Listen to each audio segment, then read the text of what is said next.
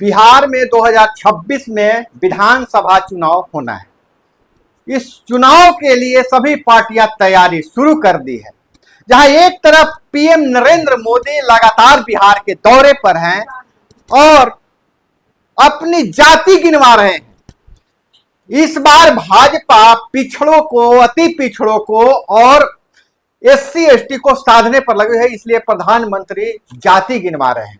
दूसरे तरफ आरजेडी लगातार तेजस्वी यादव हमलावर हैं सत्ता पक्ष पर और केंद्र सरकार पर। वही एक तीसरा मोर्चा खड़ा हो चुका है, मोर्चा नहीं कहेंगे, तीसरी पार्टी खड़ी हो चुकी है, प्रशांत किशोर की जन सुराज। जहां बाकी के पहले के दो गठबंधन जो हैं गठबंधन में अपने सहयोगी तलाश रहे हैं और सहयोगी प्रेशर पॉलिटिक्स कर रहे हैं, वही जन सुराज लगातार अपना जनसभा कर रही है, जनाधार बढ़ाने का प्रयास कर रही है और प्रशांत किशोर गांव-गांव की दौरा कर रहे हैं।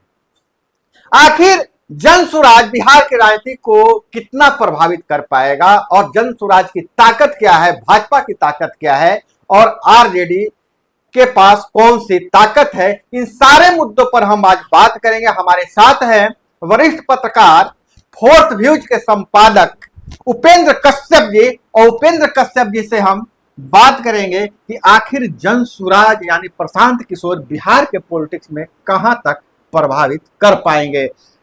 उपेंद्र कश्यप जी, आपका मेरे चैनल में बहुत बहुत स्वागत है। और स्वागत है अभय, आपका भी।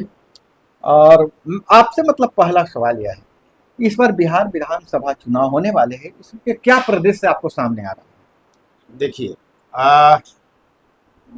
एक और ब्रेकिंग भी हम आप आउटसाइड पार्टनर जो हमारा चैनल देख रहे हैं उनके लिए एक बड़ी खबर भी हम बताएंगे पीके से जुड़ी हुई। लेकिन जैसा कि आपने सवाल पूछा उस पर हम बात करते हैं। बिहार ही नहीं बल्कि देश के हर हिस्से में चुनाव में जाति की भूमिका प्रमुख होती है। जी, बिहार में भी जाति प्रमुख है और जाति से ही जमात जुड़ता है। बिल्कुल। तो सवाल ये उठता है कि पीके को विपक्ष जो महागठबंधन में जो दल शामिल हैं, चाहे वो राजद हो, चाहे वाम दल हो, चाहे कांग्रेस हो, भाजपा की बी टीम बताते हैं। भाजपा वाले भी इस तरह का अवसर देते हैं कि लगता है कि विपक्ष ठीक कह रहा है कि बी टीम है।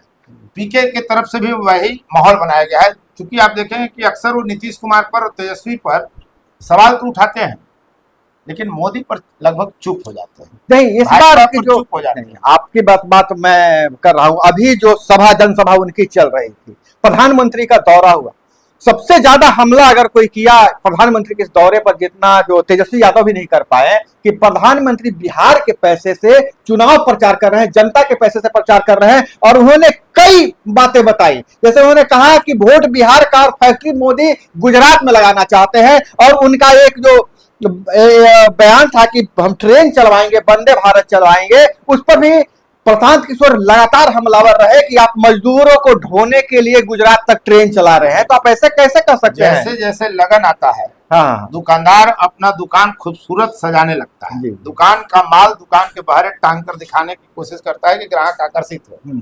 राजनीति भी बाजार है। बिल्कुल।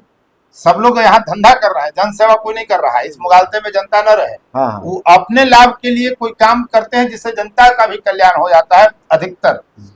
तो अब जब चुनाव जैसे जैसे नजदीक आएगा, पीके मोदी को भी टारगेट करेंगे, भाजपा को भी टारगेट करेंगे। और जो शुरुआत हुई थी बिहार में, उसमें ये मानने में कोई गुरेज नहीं था कि भाजपा कहीं ना कहीं इसको प्रमोट की। लेकिन अब जो स्थिति दिख रही है, ये साफ साफ दिख रहा है कि देखिए, महागठबंधन का जो आधार वोटर है, इसीलिए हमने जाति की बात करी, यादव और मुस्लिम मुझे टूटते हुए कहीं नहीं दिख रहे हैं। नहीं, तो अभी तो जो प्रशांत किशोर हमलावर होते हैं, कहते हैं अगर यादव ही आपको मुख्यमंत्री बनाना है तो कोई यादव का बेटा बना दीजिए, लालू यादव का बेटा ही क्यों रहेगा? अलग सवाल है। अब है, ये सवाल अलग है। हाँ। आपने कहा कि क्या इम्पैक्ट पड़ेगा चुनाव पर पीके का, तो जब महागठबंधन के वोटर एकजुट है, फेविकॉल वाला जोड़ है मुस्लिम और यादव में, राजद में, तीनों में, इस त्रिकोण को तोड़ना आसान नहीं है, यादव, मुस्लिम और राजद को।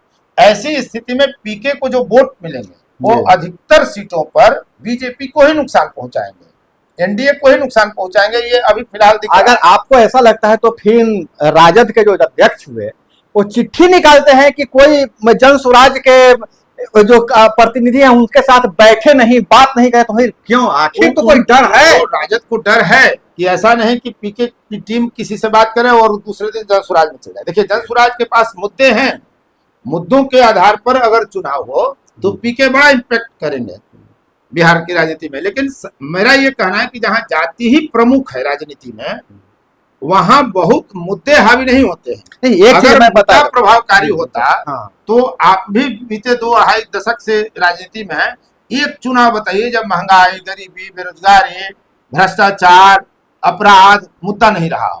देखिए, मुद्दे की बात अगर बात कर रहे हैं तो प्रशांत किशोर चुनावी रणनीतिकार है। उन्होंने भाजपा के लिए भी काम किया, जदयू के लिए भी काम किया और आरजेडी के लिए, महागठबंधन के लिए भी काम किया है। तो उन्हें तो पता है कि चुनाव का रणनीति कैसे बनाया जा सकता है। जब उन्होंने नीतीश कुमार बा उन्हीं का दिया हुआ था, अब की बार मोदी सरकार उन्हीं का दिया हुआ था, बंगाल चले जाइए, खेला भी उन्हीं का करवाया हुआ था। तो जब वो रणनीति बना सकते हैं तो एक रणनीतिकार अगर खुद राजनेता बनकर अपनी रणनीति बनाए तो कहां तक मैं आपका सवाल समझ गया। इसका 2 उदाहरण देते हैं। बड़ा से बड़ा डॉक्टर अपना इलाज खुद नहीं करता है। बिल्कुल। दूसरी बात, एक आईएएस बताइए जो आईएएस की नौकरी छोड़ के वो आईएएस तैयार करा रहा है। जितने आईएएस के एग्जाम में सफल नहीं होते, आईएएस नहीं बन पाते हैं, वही लोग लड़कों को तैयार करते हैं और वो आईएएस की परीक्षा देके पास हो जाते हैं। बिल्कुल बिल्कुल बिल्कुल। तो खुद आईएएस बनना हाँ। और आईएएस बनाने में अंतर है। तो ये रणनीतिकार बेहतर हो सकते हैं, नेता भी बेहतर हो, ये कोई जरूरी नहीं है। और पीके का जो सबसे कमजोर कड़ी है, शायद पीके इसको माने नहीं माने, पीके के जो समर्थक हैं, जन स्वराज पार्टी के लोग माने या नहीं माने, इत्तेफाक कोई जरूरी नहीं कि जो मैं कह रहा हूं उससे अगला भी इत्तेफाक रखे, लेकिन पीके का सबसे कमजोर कड़ी है। और आप देखिएगा वो माने या ना माने, चुनाव तक उनका जो मैं कह रहा हूं उस पर वो अमल शुरू हो जाएगा। पीके के देह में जो ऐंठन है, देखिए बिहार सामंती मिजाज का प्रदेश है, यहाँ सामंतवाद की जड़ें बहुत गहरी हैं। और आज नहीं, 1930-40 के दशक में त्रिवेणी संघ के जरिए सामंतवाद के खिलाफ अभियान शुरू हुआ था और उसकी परिणति आज आप देख रहे हैं कि क्या है। नौ सामंती पैदा हुआ। लेकिन पीके जो आते हैं उनके देह में ऐंठन देखिए, इस तरह के स्टाइल में बात करेंगे, खड़ा होकर ऐसे, ये भाई देह में ऐंठन क्यों है आपका? उंगली दिखा करके बात करना। आप याद करिए कि जब मनोज भारती को प्रदेश अध्यक्ष बनाया था तो कहते कि मैंने अनुसूचित जाति के व्यक्ति को प्रदेश अध्यक्ष बनाया है। वो आपसे हर चीज में सीनियर है, आप एहसान जता रहे हैं कि हमने इस आदमी को बना दिया अनुसूचित जाति। तो ये जो उनका स्टाइल है ना, ये नहीं चलेगा। बॉडी लैंग्वेज से आपको दिक्कत है? हमको दिक्कत नहीं है। हाँ। ये उनको दिक्कत करेगा, हमको क्या दिक्कत करेगा? हमको तो वोट उनसे लेना देना नहीं है। चुनाव जीतने के लिए सब लोग बोलचाल की भाषा में कहते हैं कि चर्चा, खर्चा और पर्चा की जरूरत होती है। नहीं, सही बात है, चर्चा तो उनकी हो रही है। हाँ। जो जनसभा में काफी भीड़ उमड़ रहा है, बात अगर मुख्य धारा की मीडिया अगर कवरेज ना भी दे, चाहे ना दे, लेकिन सोशल मीडिया पर छाए हुए हैं तो चर्चा उनकी हो रही है। खर्चा के बाद में तो तेजस्वी यादव, लालू यादव भी कहते हैं कि 5 स्टार टेंट लेके घूमते हैं। खर्चा तो उनका हो ही रहा है, खर्चा भी हो रहा है। तो खर्चा चर्चा बाकी रहा बात पर्चा के, तो पर्चा तो जिस तरह से देखिए आरसीपी सिंह को अपने पाले में लाए और कई नेताओं को उनके साथ जोड़ रहे हैं, खास करके जो पढ़े लिखे लोग हैं, जो प्रभावी लोग हैं समाज में, उनके साथ जोड़ रहे हैं। आप बात सही बोल रहे हैं कि अकड़ और ऐठन की बात बोल रहे हैं, चाहे जो पुरानी ढर्रा की बात थी कि वोट जात पर ही मिलेगा, ऐसे मिलेगा, लेकिन देश भी तो बदल रहा है। ढर्रा के यहाँ आज आप पिछला कोई चुनाव देख लीजिए, विधानसभा का उपचुनाव देख लीजिए, अभी कुछ माह पहले, अभी 1 साल लगभग मान के चलिए कि हुआ, लोकसभा 2024 का चुनाव देख लीजिए, क्या जाति फैक्टर के बिना एक सीट बताइए जहां कास्ट फैक्टर नहीं था? तो क्या जो चुनाव की रणनीति बनाने वाले प्रशांत किशोर को ये बात नहीं पता है कि राजनीतिक जाति को कैसे साधना है? भैया धंधा सब कोई करता है अपने हिसाब से, अपनी दुकान की सजावट, बनावट, ग्राहक को लुभाने का काम सब कोई करता है, लेकिन सब कोई तो एक समान स्थिति में नहीं पहुंचता है। वो भी कर रहे हैं, कुछ सीटें लाएंगे, मैं ये नहीं कह रहा है, जीरो पर मैं खारिज नहीं कर रहा है, लेकिन पीके जो आपने इम्पैक्ट की बात की, मैं ये कह रहा हूँ कि महागठबंधन से अधिक एनडीए के लिए नुकसानदेह होंगे पीके। मेरा ये महागठबंधन को नुकसान नहीं पहुंचा पाएंगे। मैं ये कहाँ कह रहा हूँ कि नहीं पहुंचा पाएंगे, मैं ये कह रहा हूँ कि उनसे ज्यादा हाँ। यानी महागठबंधन की कुछ सीटों पर वो नुकसान पहुंचाएंगे, लेकिन अधिकतर नुकसान पीके का जो है वो एनडीए के पाले में। जन स्वराज का जो टिकट जो संभावित प्रत्याशियों का जो उनका जो चयन करने का जो तरीका है, वो हर विधानसभा में उनका जो चयन करने का प्राथमिकता दे रहे हैं अनुसूचित जाति। अच्छा हमको एक चीज बताइए, मैं अपने बात सुन लीजिए, अल्पसंख्यक समाज से, और उसको टिकट दे रहे हैं तो नुकसान तो आरजेडी के पहुंचेगा। दूसरा बात यह है कि जिस तरीके से चुनाव प्रचार में हमलावर हो रहे हैं, जैसे तेजस्वी यादव जब कलम बांटते हैं तो कहते हैं कि तेजस्वी यादव पहले इस कलम से 10वीं की परीक्षा पास कर ले, तो तेजस्वी यादव को तो वहीं पर खत्म कर, जब वो खड़ा होके कह देते हैं खत्म, आप जैसे खड़ा होके जब कह देते हैं कि अगर यादव के बेटा को ही मुख्यमंत्री बनाना है तो कोई भी पढ़ा लिखा यादव को मुख्यमंत्री बना दीजिए, बहुत प्रभाव पड़ रहा है इस बातों का, यादवों में प्रभाव पड़ रहा है। तो आपको क्या लगता है कि इस प्रभाव में, इस बात में आकर के यादव तेजस्वी यादव के साथ नहीं जुड़ेगा, पीके के साथ नहीं जुड़ेगा, कम जुटेगा? मैं ये कोई भी चीज पूरी तरह नहीं होता है, 100% कुछ नहीं होता है। मेरा ये कहना है कि जहां यादव कैंडिडेट देंगे पीके, वहां कुछ यादवों का परसेंटेज हो सकता है उनको वोट मिल जाए। दूसरा असर ये होता है कि जब आप यादव जाति के ही किसी व्यक्ति को कैंडिडेट बनाते हैं किसी विधानसभा क्षेत्र में, और राजद का भी यादव ही कैंडिडेट है, तो आपको हर बूथ पर दोनों यादव प्रत्याशी के तरफ से यादव मिल जाएंगे जो यादव बहुल बूथ है। बिल्कुल बिल्कुल। तो एक तो मतदान का जो व्यवहार उस दिन होता है वो सामान्य हो जाता है, एक इसका थोड़ा बहुत इम्पैक्ट पड़ता है, 1-2%, इससे ज्यादा नहीं पड़ता है। लेकिन बड़े पैमाने पर नुकसान एनडीए को होता हुआ मुझे दिख रहा है, इसलिए कि एनडीए को नुकसान होता हुआ दिख रहा है। और मैं ये कह रहा हूं कि तो अगर नुकसान होता है तो फायदा किसे हो रहा है? अगर एनडीए कोई ज्यादा नुकसान पहुंचाएंगे तो महागठबंधन की सीटें बढ़ेंगी, महागठबंधन की सीटें बढ़ेगी। ठीक है, जन स्वराज जो नई पार्टी है यह भी एक चर्चा में आ जाएगी। चर्चा में तो है ही, चर्चा में तो है ही, लेकिन रिजल्ट आना और चर्चा में रहना अलग बात है।